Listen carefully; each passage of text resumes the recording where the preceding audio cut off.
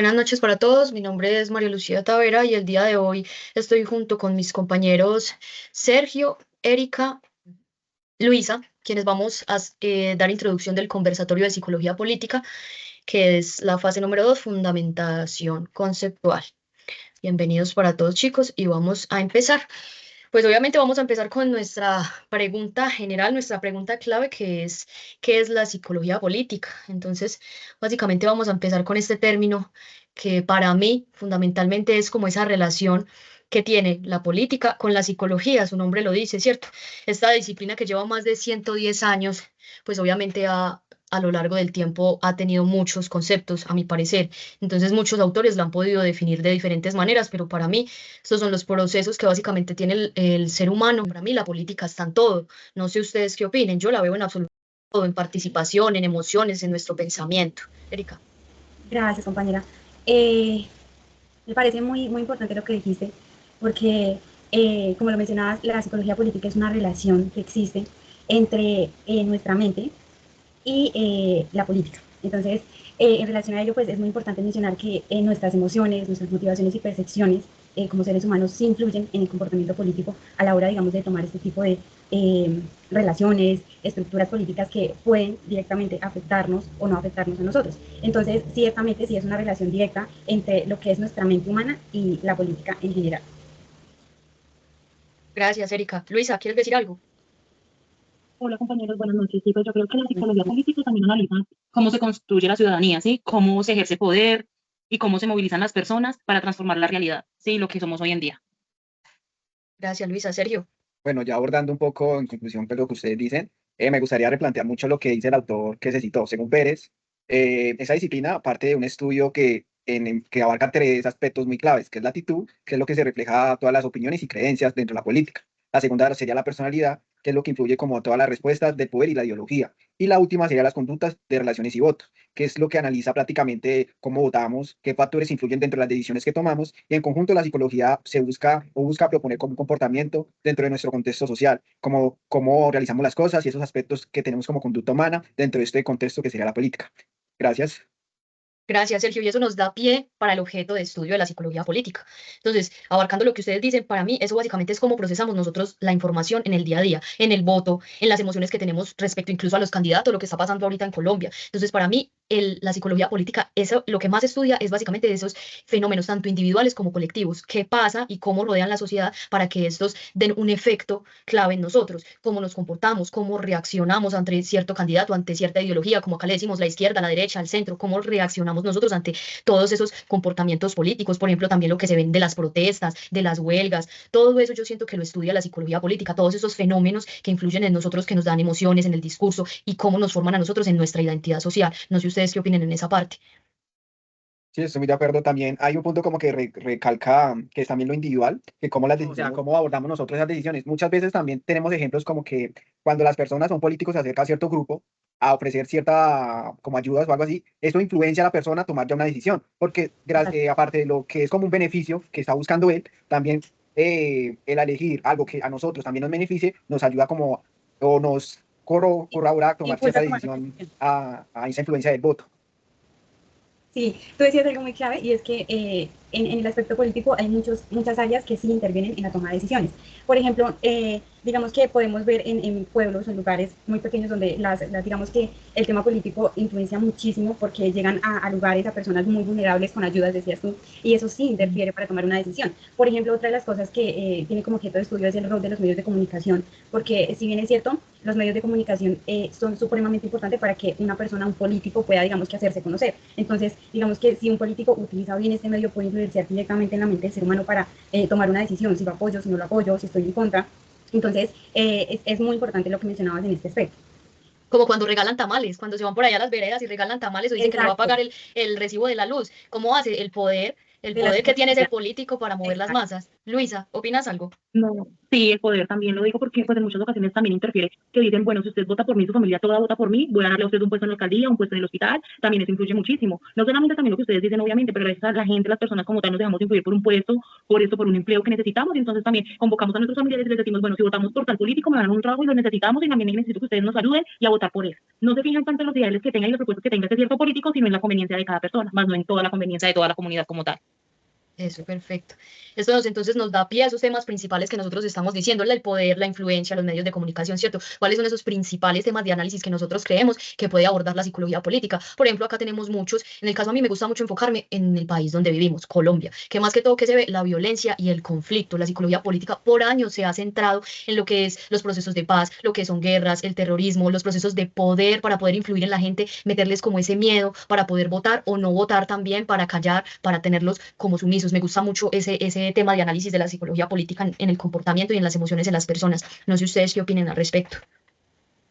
Sí, claro, compañera. Es importante mencionar que cuando, digamos que se generan este tipo de actos violentos, o por ejemplo en esas protestas, que su finalidad es hacer protestas muchas veces pacíficas y terminan siendo protestas o conflictos entre, digamos que los ciudadanos y el gobierno, ¿cierto? Que en los últimos años hemos visto que si bien se hace una protesta, termina siendo como una guerra entre los ciudadanos y la policía. Entonces, es importante tener en cuenta qué perspectiva tienen o teníamos nosotros respecto a, digamos que esto, ¿cierto? Porque simplemente nos dejamos de pronto llevar por nuestros ideales, nuestra manera de pensar, y si bien el Estado también tiene otra perspectiva respecto a eso. Entonces, la violencia y los conflictos políticos en relación a esto surgen y van a surgir con mayor recurrencia porque en varias pues digamos que áreas de análisis muchas personas desconocen y por el desconocimiento se pueden generar este tipo de actos de violencia.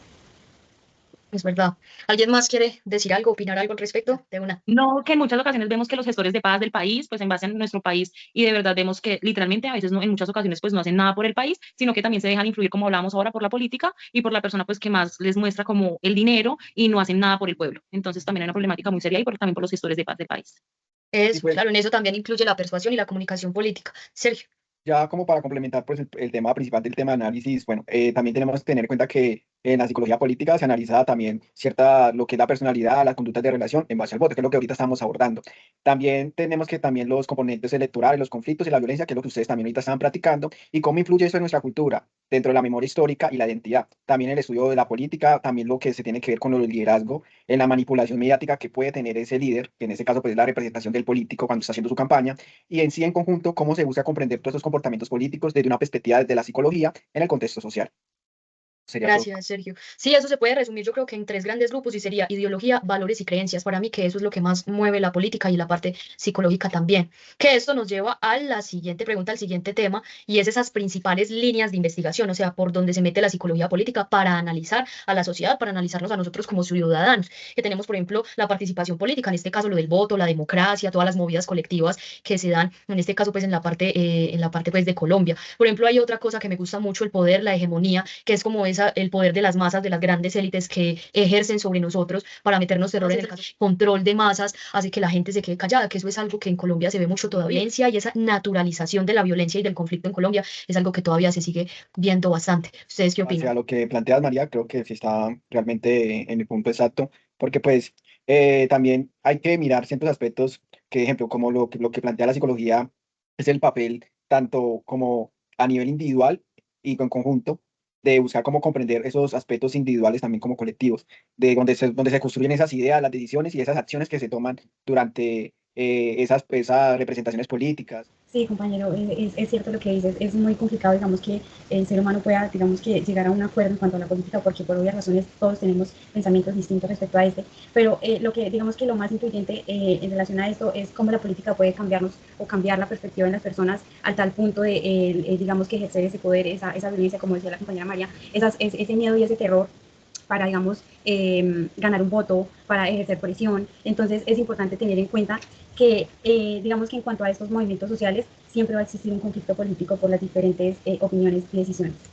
Listo, para pasar al siguiente tema, a mí me gustaría resaltar algo que tiene que ver con las otras dos preguntas, que es esa diversidad cultural, lo que ustedes decían de la diversidad de pensamientos y de opiniones en cada una de las personas. Eso se relaciona con dos factores muy importantes, tanto la vida cotidiana como nos desenvolvemos y con la política, y cómo ese factor de violencia lleva a algo ahorita que son los sentimientos de resentimiento y de ira, más que todo en el posconflicto, ya lo vamos a analizar en los siguientes temas, que son cómo se puede contribuir con la psicología política al fortalecimiento de esos procesos comunitarios, cómo fortalece a la comunidad y a todos los ciudadanos la psicología política. ¿Alguien quiere empezar dando alguna Bueno, opinión? ya abordando pues ese tema, primero pues volviendo a lo mismo, la psicología contribuye al fortalecimiento de los procesos comunitarios, desde el fortalecimiento de las actividades que se realizan, la construcción de la confianza entre los miembros comunes y la organización social, al igual que plantea la visibilidad de diferenciar las dinámicas del poder a través de lo que es el liderazgo que promueve siempre la unión en comunidades y también de herramientas que brindan soluciones a los conflictos.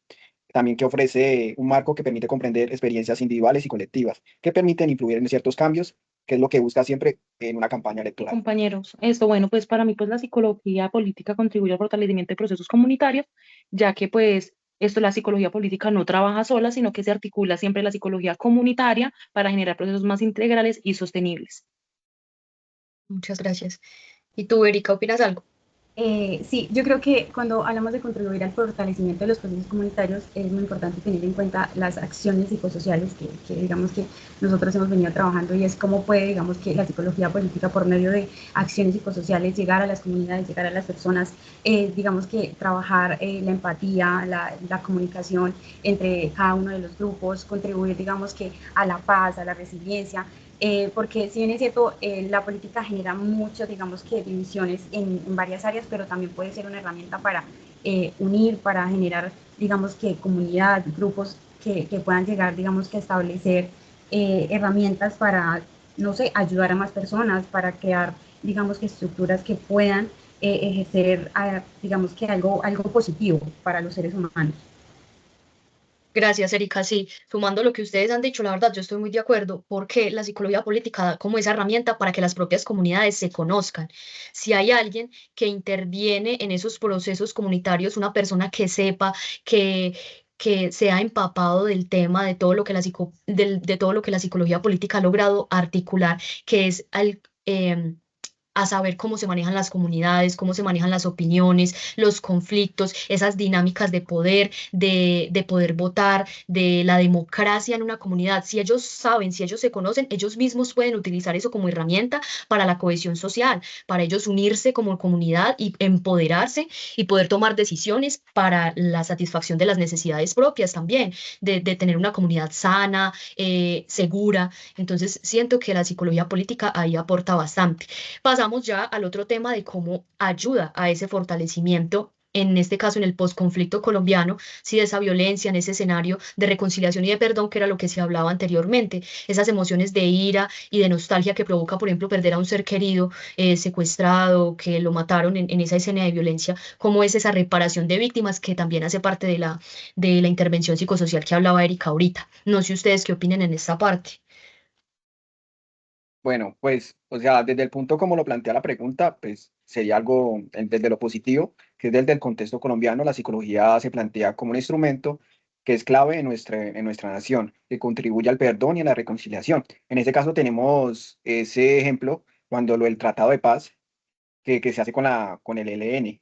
Entonces, pues, eso podría ser un ejemplo, que independientemente de todo el daño que hizo, se busca una reconciliación y como que se trata de llegar a como una igualdad en ciertos derechos donde ellos como puedan, no se puede decir pagar porque no, pero contribuir como un beneficio de todo el daño que se hizo. Al igual también se permite efectos como que emocionales, sociales y culturales que han dejado algunos conflictos armados, como lo estaba contando. Este proceso se lleva a cabo dentro de la trayectoria de la memoria histórica de todo lo sucedido. Se hace reconocimiento a las víctimas, desde el diálogo se contribuye dentro de la política y se restaura como ese tejido social que hay ahí. Al igual se planifica la práctica de la justicia reestructurizada, que es lo que estaba poniendo un ejemplo, y el apoyo educativo en conveniencia a la confianza, a la reconciliación de conflictos de esta diversa historia, tanto a las personas que tuvieron el conflicto y a los que lo realizaron. ¿Alguien más? Sí, compañera, bueno, pues en conclusión de lo que pues respondimos a la pregunta número 3 que todos dieron, pues yo creo que más allá del análisis teórico, la psicología política se convierte en una herramienta práctica para sanar heridas colectivas y construir un futuro más justo y reconciliado. Exacto. Es muy cierto lo que dices, compañera, porque si nosotros podemos, digamos, intervenir de manera pues, psicológica para reconstruir, transformar y crear, digamos que condiciones emocionales y cognitivas distintas en los seres humanos, pues va a ser algo que no solamente va a servir para un tema político, sino que de cierta manera, si podemos nosotros desde la psicología transformar esta área en algo, pues digamos que se vea distinto, pues eso también puede influir en diferentes áreas de su vida, ¿no? La compañera María decía, por ejemplo, el hecho del duelo de la pérdida de un ser querido a causa de la política y un montón de situaciones más que se viven, pues por medio de la psicología se puede trabajar diferentes áreas que no solamente va a servir para esta en especial la política, sino para distintas áreas de la vida del ser humano.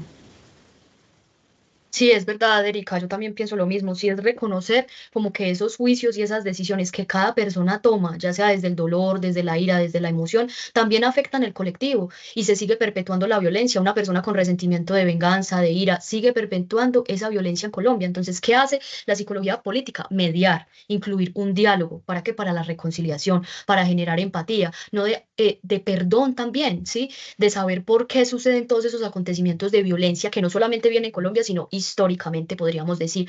Ya por último, para cerrar, bueno, pues acá están las referencias, darle muchas gracias a todos por su participación.